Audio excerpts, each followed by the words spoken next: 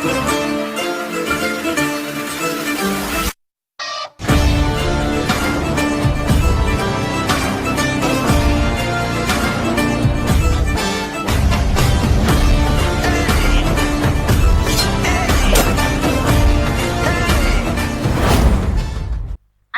வணக்கம். Staff selection கமிஷன்ல இருந்து face 13க்கான official notification release பண்ணிருக்காங்க. எப்பன்னு பாத்தீங்க அப்படின்னா நேத்து ஓகேவா 2/6/2025 அன்னைக்கு ஓகேவா ரிலீஸ் பண்ணிருக்காங்க. என்னன்றதை பார்க்கலாம் ஓகேவா.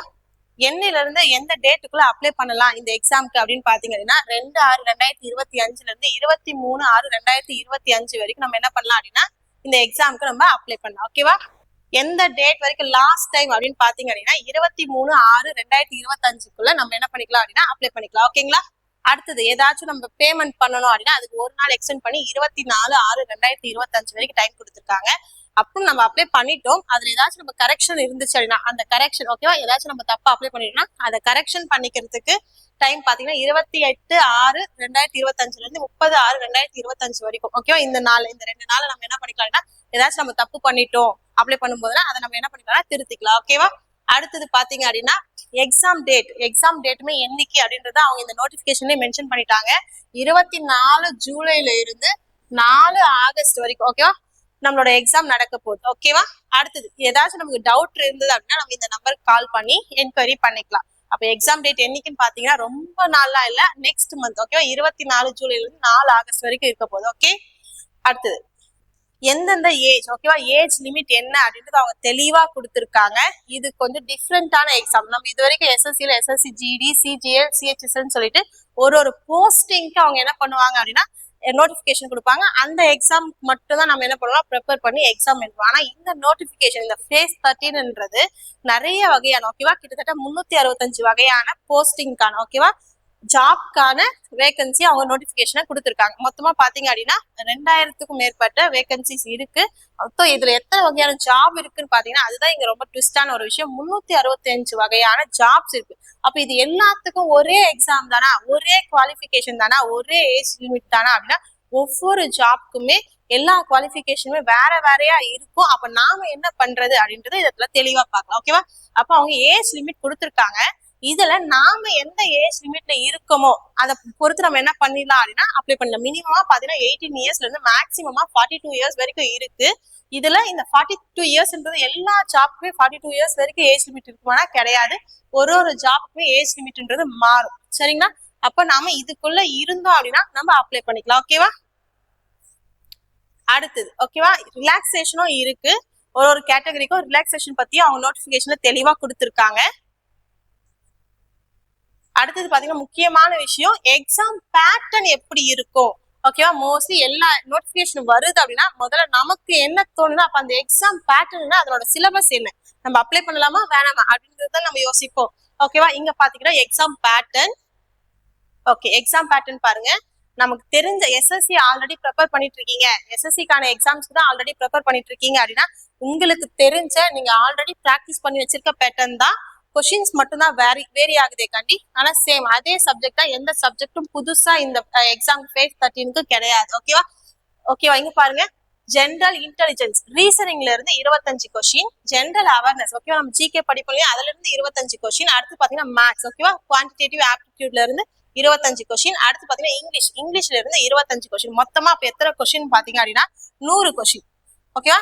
அப்ப 100 கொஸ்டினுக்கு எக்ஸாம் இருக்கு. மேக்ஸிமமா எவ்வளவு மார்க்னு பாத்தீங்கன்னா 200 மார்க்குக்கு நம்ம எக்ஸாம் எழுத போறோம் ஓகேவா. அப்ப நம்மளோட கட் ஆஃப்ன்றது 200 மார்க்குள்ளதான். கண்டிப்பா நம்ம மேக்ஸிமமா எடுக்கணும்னாலாம் இல்ல ஓகே. ஒரு எக்ஸாம் இதுல நிறைய வகையான ஜாப்ஸ் இருக்கு நம்ம பாத்துறோம். ஒரு ஜாப்க்குமே ஒரு கட் ஆஃப் இருக்கும். அந்த கட் ஆஃப்குள்ள நாம வந்துட்டாலே நாம என்ன பண்ணிடலாம் போஸ்டிங் வாங்கிடலாம். இது ஒரு பெனிஃபிட் ஓகேவா. இதுக்கு முன்னாடி நம்ம ஒரே எக்ஸாமுக்கு ஒரு ஜாப்க்கு நம்ம எக்ஸாம் எழுதுவோம். ஒரு குறிப்பிட்ட கட் ஆஃப்ல வந்தா மட்டும்தான் நம்ம குவாலிஃபைட் ஆகும். ஆனா இங்க அப்படி கிடையாது. இங்க நிறைய ஜாப்ஸ் இருக்குன்னு போது நம்ம எக்ஸாம் எழுதும் போது நம்மளோட மார்க் எந்த போஸ்டிங்க்கு ஓகேவா இருக்கோ நம்ம செலக்ட் ஆகுறோமோ அந்த ஜாப்க்கு நம்ம போறதுக்கு இங்க வழி அதிகமா இருக்கு. அப்போ எஸ்எஸ்சிக்கு ஆல்ரெடி ப்ரிப்பேர் பண்ணிட்டு இருக்கேன் அப்படின்ற எல்லாருமே இந்த எக்ஸாம் தாராளமா எழுதலாம். இல்ல நான் எஸ்எஸ்சிக்கு இப்பதான் ப்ரிப்பேர் பண்ண போறேன் அப்படின்ற ஸ்டூடெண்ட்ஸுமே இதுக்கு எழுதலாம் சரிங்களா. ஏன் அப்படின்னா நாம எஸ்எஸ்சில தான் போக போறோம், இல்ல நம்ம சென்ட்ரல் கவர்மெண்ட் தான் போக போறோம் அப்படின்னா கண்டிப்பா நம்ம அது சம்பந்தமா தான் நம்ம ப்ரிப்பேர் பண்ணிட்டு இருப்போம். இப்போ கண்டிப்பா இந்த வருஷத்துக்கு வரக்கூடிய எல்லா சென்ட்ரல் கவர்மெண்ட் எக்ஸாம்ஸ் நம்ம எழுதும் போதுதான் ஓகே இந்த வருஷம் எல்லாமே பேட்டர்ன் எப்படி இருக்கு, மேத்ஸ் எல்லாம் எப்படி கேட்கறாங்க, ரீசனிங் எல்லாம் எப்படி கேட்கறாங்கன்ற ஒரு ஒரு வழி நமக்கு தெரியணும் போது நம்ம கண்டிப்பா வரக்கூடிய எல்லா எக்ஸாம்ஸுமே அப்ளை பண்ணி எழுதுறதுன்றது ரொம்ப ரொம்ப பெஸ்டான விஷயம். நம்ம என்னதான் அப்புறமா கொஸ்டின் பேப்பர் கலெக்ட் பண்ணி பார்த்தாலுமே அங்க ஓகேவா அந்த பிளேஸ் அந்த சுச்சுவேஷன்ல போய் நம்ம எக்ஸாம் அட்டன் பண்ணும்போது என்னென்ன டிஃபிகல்டிஸ் நம்ம ஃபேஸ் பண்ணோம், அப்ப இதெல்லாம் நம்ம ஓவர்டேக் பண்ணாதான் நமக்கு அடுத்து வரக்கூடிய எக்ஸாம் நம்ம நல்லா பண்ண முடியும்ன்ற ஒரு கைடன்ஸ் நமக்கு பர்சனலா கிடைக்கும். யார் என்ன சொன்னாலும் நமக்கு பர்சனலா அது கிடைக்கும் போது தான் நமக்கு சூப்பரா இருக்கும். அப்படி இருக்கும்போது கண்டிப்பா எஸ்எஸ்சிக்கு ப்ரிப்பேர் பண்ணிட்டு இருக்கீங்க அப்படின்னா அழகா இந்த எக்ஸாம்க்கு அப்ளை பண்ணி எக்ஸாம் அட்டன் பண்ணுங்க. ஓகேவா? நெக்ஸ்ட் சிலபஸ் பார்த்துலாம். பேட்டர்ன் பார்த்துட்டோம், சிலபஸ் பார்த்துடலாம். ஓகேவா? இந்த எக்ஸாம் முதல்ல என்னென்ன மாதிரி இருக்கவங்களாம் எழுதலாம், ஏன் அப்படி குவாலிஃபிகேஷன் என்ன அப்படின்னு பாத்தீங்க அப்படின்னா 3 குவாலிஃபிகேஷன் இருக்கு. ஓகேவா? இந்த 365 ஜாபுமே அவங்க 3 வகையான எக்ஸாம் வச்சுதான் பிரிக்கிறாங்க. அப்ப அந்த 3 வகையான எக்ஸாம் என்ன அப்படின்னு பாத்தீங்கன்னா ஃபர்ஸ்ட் பாத்தீங்கன்னா 10th வரைக்கும். ஓகேவா? 10th வரைக்கும் முடிச்சிருந்தீங்க அப்படின்னா அதுக்கான போஸ்டிங்ஸ் இருக்கு உள்ள. அடுத்து பாத்தீங்கன்னா 12th வரைக்கும். ஓகேவா? அதுக்கு அடுத்து பாத்தீங்க அப்படின்னா டிகிரி லெவல் 3 லெவலா இந்த ஜாப்ஸ் அவங்க பிரிச்சு கொடுக்குறாங்க. அப்போ இந்த 3 குவாலிஃபிகேஷன்ல எது இருந்தாலுமே நீங்க என்ன பண்ணலாம்னா அப்ளை பண்ணலாம். 10th வரைக்கும் தான் படிச்சிருக்கேன், அப்ப இதுக்கு அப்ளை பண்ணலாமா அப்படின்னு யோசிச்சீங்கன்னா கண்டிப்பா 10th படிச்சிருந்தாலுமே நீங்க அப்ளை பண்ணலாம். ஏன்னா 10th லெவல் குவாலிஃபிகேஷனுக்குமே இந்த 365 ஜாப்ஸ்ல உங்களுக்கு வேலைகள் இருக்கு. ஓகேவா? 12th முடிச்சிருக்காங்கன்னா நீங்க 12th வரைக்கும் அப்ளை பண்ணலாம். ஓகேவா? அடுத்து 10th வரக்கூடிய ஜாப்ஸ்க்கு நீங்க அப்ளை பண்ணலாம். நீங்க டிகிரி முடிச்சு வச்சிருக்கீங்க அப்படின்னா டிகிரி லெவல் ஜாப்ஸ்க்கு நீங்க அப்ளை பண்ணலாம், 12th அப்ளை பண்ணலாம், 10th அப்ளை பண்ணலாம். அப்போ இங்க பாத்தீங்க அப்படின்னா குவாலிஃபிகேஷன் 10th முடிச்சிருந்தாலும் பண்ணலாம், 12th முடிச்சிருந்தாலும் பண்ணலாம், டிகிரி முடிச்சிருந்தாலும் பண்ணலாம். ஓகே, அப்போ குவாலிஃபிகேஷன் இந்த 3 வகையா தான் பிரிச்சிருக்காங்க. அப்போ எக்ஸாம்ன்றது எப்படி நடக்கும்னு பாத்தீங்கன்னா இந்த ஒவ்வொரு கேட்டகரிக்குமே ஒவ்வொரு லெவல்ல எக்ஸாம் இருக்கும். இப்போ 10th வரைக்கும் படிச்சு நீங்க அப்ளை பண்ணிருக்கீங்கன்னா உங்களுக்கு 10th கிரேட் வரைக்குமான லெவல்ல எக்ஸாம் இருக்கும். அப்போ 12th முடிச்சிருக்கீங்கன்னா 12th நீங்க அப்ளை பண்ணிருக்கீங்க அப்படின்னா 12th கிரேட் வரைக்கும் அதனோட லெவல்ல உங்களோட எக்ஸாம்ஸ் இருக்கும். அதே 100 கொஸ்டின் தான் நம்ம பார்த்து அதே சேம் பேட்டர்ன் தான். ஆனா கொஸ்டினோட லெவல் மட்டும் மாற போகுது. டிகிரி லெவல்ல நீங்க அப்ளை பண்ணிருக்கீங்க அப்படின்னா சேம் அதே 100 கொஸ்டின்ஸ் அதே பேட்டர்ன் தான். ஆனா கொஸ்டின் லெவல் மட்டும் அதிகமா இருக்க போகுது. அப்ப 3 எக்ஸாம்ஸ் இருக்கு இதுல. ஓகேவா? அப்ப நீங்க எதுக்கு அப்ளை பண்றீங்களோ அதுக்கு எழுதலாம். 3மே டிகிரி முடிச்சிருக்க அப்படின்னா 3 எக்ஸாம் அப்ளை பண்ணி 3மே எழுதலாம். வேற வேற நாள்ல உங்களுக்கு வரப்போகுது. அப்ப 3த்துல நீங்க எங்க செலக்ட் ஆகணுமோ நீங்க என்ன பண்ணிடலாம்னா போஸ்டிங் வாங்கிட்டு வேலைக்கு போயிடலாம். ஓகேவா? ஓகே, சிலபஸ் பார்த்துடலாம். 3 வகையான எக்ஸாம் இருக்குன்னு பார்த்துட்டோம்.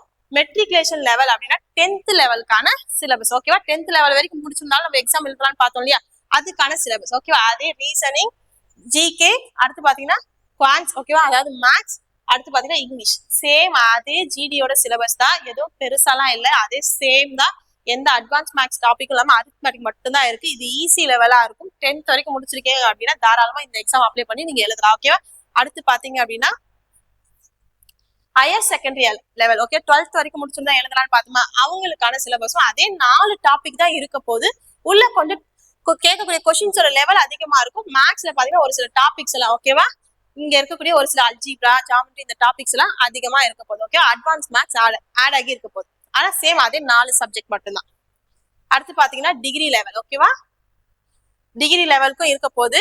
நீங்க இந்த 3த்துல எது முடிச்சிருந்தாலும் அப்ளை பண்ணுங்க, விட்டுறாதீங்க. ஏன்னா உங்களுக்கு அங்க 365 வகையான போஸ்டிங் இருக்கு. ஒரு போஸ்டிங் ஒரு குவாலிஃபிகேஷன் இருக்கும்போது நம்மளோட குவாலிஃபிகேஷனுக்கு ஏற்ற மாதிரி நம்ம எடுத்த மார்க்குக்கு ஏற்ற மாதிரி வேலை கிடைக்க நிறைய வாய்ப்புகள் இருக்குன்றப்போ இதை யூஸ் பண்ணி அப்ளை பண்ணி எக்ஸாம் நல்லா பண்ணுங்க.